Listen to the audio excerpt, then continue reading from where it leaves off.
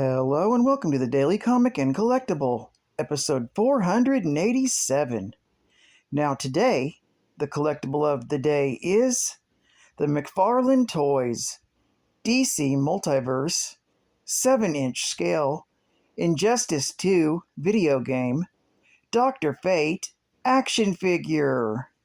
Powerful sorcerer Kent Nelson wears the Helm of Fate and sees this fate of all mankind, for better or worse. He knows the world will end, either by Brainiac's hand, or in a war between Batman and Superman. Though the helm compels Kent to preserve this grim fate for the sake of order, Kent's humanity compels him to intervene on behalf of his heroic friends, and risk the unforeseeable consequences. This incredibly detailed 7-inch scale figure is based off the DC Multiverse. Designed with ultra articulation, with up to 22 moving parts for a full range of posing and display ability. The Dr. Fate figure is featured in his Servant of the Order skin, based on his look in the video game Injustice 2. This box includes the Dr. Fate action figure, flight stand, and it included a collectible art card with Dr. Fate's figure photography on the front and character biography on the back. Comes in a collector-friendly window display box, released in 2021 by Mcfarlane Toys. Now, the comic of the day is Justice League Annual, Volume 1, Issue Number 1, with the cover date of September 1987. With story by J.M. DeMatteis and Keith Giffen, art by Bill Willingham, and cover by Bill Willingham. This issue is titled Germ Warfare. We open in the South Pacific.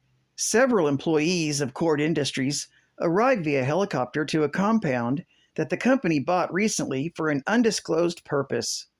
They enter the structure, and a silent, pale-skinned woman with red eyes follows behind them. They turn around and make eye contact, and then immediately fly away in their helicopter. The Justice League's monitoring equipment gets a message that in 4 locations, the local population are turning into zombies. They split into teams to tackle the problem. Black Canary flies with Booster Gold to Paris. Batman and Green Lantern Guy Gardner head to Tokyo. Dr. Fate and Martian Manhunter visit Sydney, and Blue Beetle in his bug is dispatched to Hollywood with Mr. Miracle in tow. Booster and Canary land at a hospital that is in the center of the outbreak and find the staff and patients initially ignore them, but spontaneously become violent. They are surrounded and forced into a patient's room where the two heroes end up sharing the same red eyes and vacant stares as the other infected people.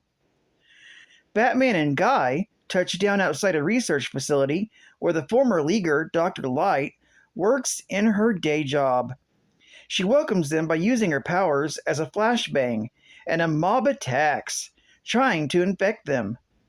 Gardner's power ring is neutralized by Light's yellow blasts, and she kisses Batman to pass along the mind control to him as well. When Beetle and Miracle land on a Cord facility location, they are instantly swarmed, and although they retreat in the bug, Beetle has already been zombified. Fate assures the Manhunter that they cannot be similarly affected between the power of being one of the Lords of Order and Martian's physiology. They are safe. But he's proven wrong as soon as they land, when his host body is overtaken and he strips off his helmet of fate to keep the mysterious infection from causing more damage. The Manhunter, though, is safe and returns to the sanctuary with the helmet to regroup. He notices a connection between Cord Industries' locations and the outbreak, but cannot figure out what is causing it until he puts on the helmet, and its powers reveal that it is a sentient, single-celled organism from outer space infecting all human life.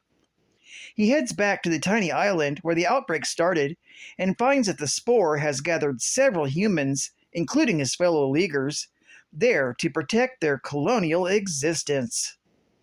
Between the powers of his Martian physiology and the fact that the other heroes are trying to resist mind control, the Manhunter easily fights them off. But the Spore makes a kind of super body composed of several innocent civilians who amalgamate into a large monstrosity. He cannot fight back without hurting them, so he throws the helmet into the giant mass, giving Fate control of its central consciousness. Fate tells him that he cannot control this sentience for long, and that the only way to be rid of it is for the Martian Manhunter's body to absorb it. He voluntarily infects himself, and once his colleagues come to, he explains that he did what was necessary to save the Earth, in spite of the personal consequences. Geek Fact: this issue takes place right after Justice League, Volume 1, Issue Number 4, from August of 1987. Bonus Geek Fact: the sentient spore from this issue appears next in Martian Manhunter, Volume 1, Issue Number 1, from May 1988, in a 4-part miniseries. Another bonus geek fact: this was the only annual created and included in Injustice League, Volume 1. Subsequent annuals were published in Justice League International, Volume 1, from November of 87 to April of 89, and the Justice League of America, Volume 1, from May of 89 to August of 96. Advertising ad facts. Here comes the fudge. Here comes the fudge. Introducing Striped Chips Ahoy Chocolate Chip Cookies. 6 fudge stripes on the front, 1 tremendous stripe on the back. There's original, chewy, and now new Striped Chips Ahoy Chocolate Chip Cookies. To see how Chips Ahoy fudged up their cookies, cut out squares, paste each one on a 3x5 card in the lower right-hand corner, and put the cards in order and just flip. Make your own flip book. Striped Chips Ahoy by Nabisco Brands. Bet you bite a stripe. Here comes the fudge. And new from Cox, Stealth Wave of the Future. Today, your assignment as pick, pilot, and command is to fly a low or high-level intruder mission while avoiding radar detection and missiles. From the computer-designed curved wing tips to the specially shaped forward control surfaces, the SBX flies as good as it looks and is ready for action. Special tricycle landing gear means super easy takeoffs and landings. It's the SBX Stealth Bomber. And get this, the power source is the famous Cox .049 gas-powered engine with snap starter.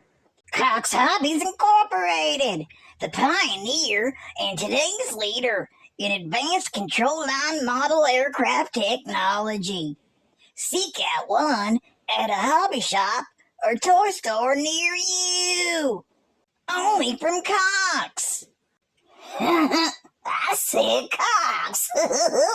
Brought to you by Wild Dog. Everybody talks about terrorism, but he does something about it. DC's newest superhero premiering in an action-packed 4-issue miniseries starting in June by Collins, Beatty, and Giordano, only from DC Comics. Don't forget to pick up your copy in June. And final geek fact: Dr. Kent Nilsson is Dr. Fate, a powerful sorcerer and agent for the Lords of Order. His Amulet of Anubis, Cloak of Destiny, and Helmet of Fate are creations of the ancient Nabu the Wise, a cosmic being with near limitless magical powers. whose spirit resides in the helmet of fate and is the source of the great powers of Dr. Fate. Dr. Fate is also a founding member of the Justice Society of America, and his first appearance was in More Fun Comics, Volume 1, issue number 55, with the cover date of May 1940. Well, I'd like to thank you for joining me for another Daily Comic and Collectible, and I hope to see you again tomorrow. This is Cat Fan Comics Man, and I'll catch you on the flip. Over and out.